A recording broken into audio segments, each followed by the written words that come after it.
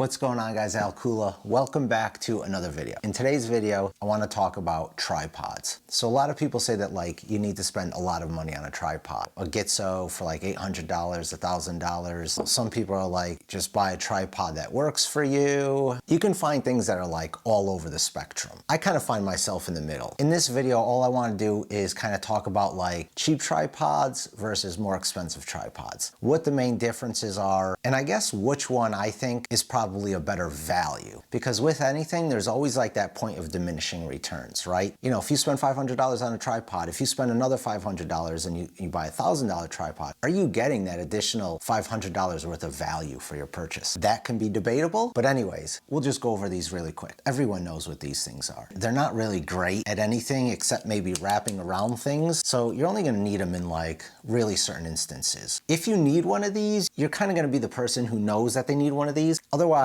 I wouldn't recommend buying one. Then I have this little guy. This I just bought recently, and this I bought for one specific purpose, when I want to get really low to the ground and I'm making my vlogs. This is going to be strictly for vlogging. There's really no other point to this. You can see it just like, you know, sits on the table, nice and easy, nice and low to the ground, and it folds up really small, so I can fit it, you know, right into my backpack. So this is like what I consider another one of those like specialty tripods, if that makes sense. It's kind of like this thing. You kind of know you need it for a special purpose. Otherwise, don't really buy it. You know, this is really for a specific purpose. This is a different head on here, but it's equivalent to the head that came on this tripod. I think this was like 60 bucks or 65 bucks. We're gonna compare this one with this Leofoto. This is my main tripod. Probably seen it in a lot of my other videos, and I did a full video. I'll link it up here. This tripod with the head cost me, I want to say $400 on Amazon. And what we're gonna do is we're just gonna focus on these two. Cheap versus expensive. And like, what do you get for your money? That's really what this video is about. So for this tripod,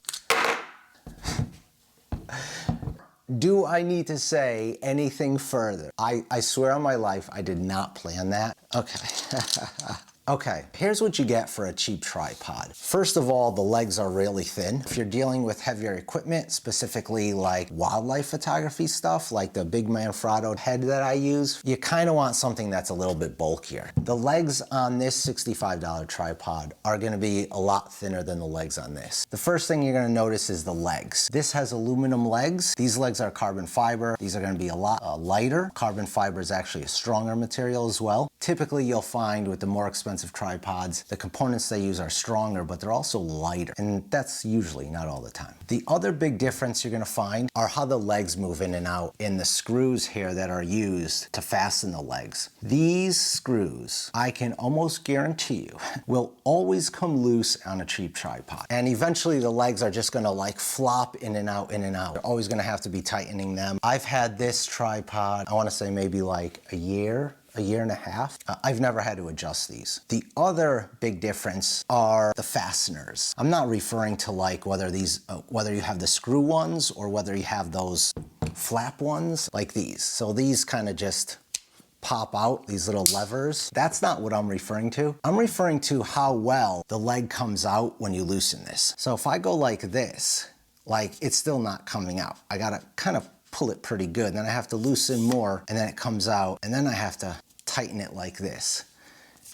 And see, I have to go like that, as opposed to like a good tripod. I just crack it and the legs are already falling out. I don't have to even do anything. So it's literally just cracking this and the leg is loose and just kind of turning it a little bit and it's tight. That's a huge difference that I've noticed between all of the inexpensive tripods and the more expensive ones.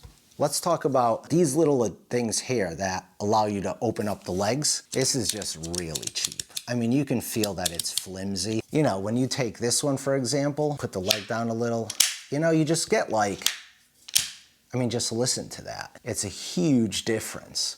And this one clicks back into place as you drive the leg down. So you don't have to like push it every way. Some of them you have to push. I prefer the ones that automatically click when you go down. All right, I'll get to one other thing before I move to the actual ball head, the feet. So on this expensive $400 tripod, or what I'm calling expensive, these feet come out. They just literally screw out, and I think it came with a few different kinds of feet. And if these feet, you know, if they break or the rubber comes off or something, you can just like get replacement parts. It's relatively simple. On this one, these, first of all, they're puny. The size difference between these and these is like night and day. Now these screw off. It's just like, it just doesn't feel solid. But yeah, the tripod feet on some of these less expensive ones, they don't even come out. You're just stuck with like what's there. And these will eventually kind of wear out and whatnot if you use it a lot. So let's get to like a major difference here. And that is the ball head. Let me take these off. Okay, so I zoomed in, hopefully you guys can see these better. These are gonna be the main differences with an expensive tripod, obviously if the tripod comes with a head, and a not so expensive one. So if you look at the knobs on this one, the more expensive one, first of all, this knob is just bigger. It screws out really smoothly. I mean, look, you can just tell the difference when you kind of turn the knobs and whatnot. It makes a huge difference. I mean, this is plastic. I mean, this one isn't that bad, to be honest, but it's still, in comparison to this, it's night and day. So on this one, for instance, if I just give it like one full turn, basically it goes from completely open to completely closed. On this one, I have to turn it 5 times before it goes from like completely open to completely closed. I don't know why they do that. Like, you know, I don't want to have to sit there and turn the knob for 20 minutes. Another difference is the ball that's actually inside of here. So these come in different ball sizes. I think they come in like 35 millimeter, maybe 40, 45, 50 millimeter, 60 millimeter. So the bigger the ball, the more surface area this has to tighten around it, and therefore it can hold more weight on top. You know, with these cheaper ones, you're gonna find like a small ball in there.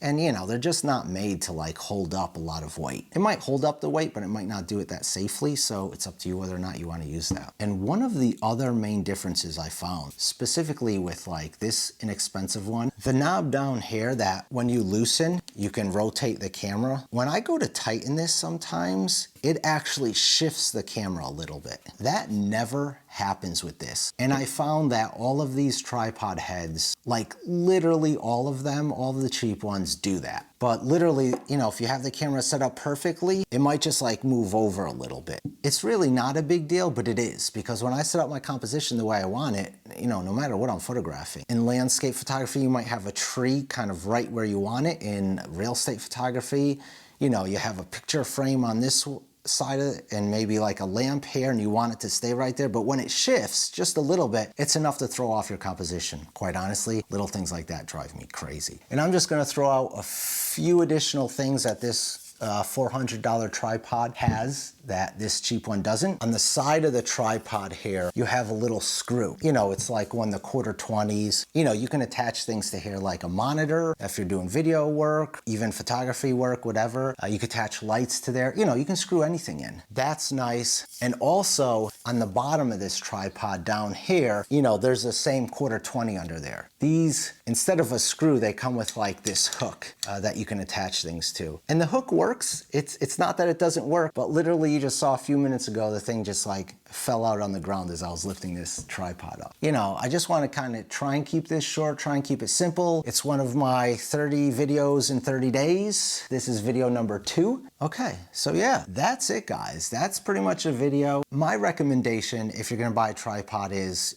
go a little bit more on the expensive side. They're just more stable, gonna last longer. The whole build quality of the whole tripod is just so much more better. That's a video. If you have any questions, comments, please leave them down below. Thank you so much for watching. If you're new here, please consider subscribing. And I should see you guys tomorrow.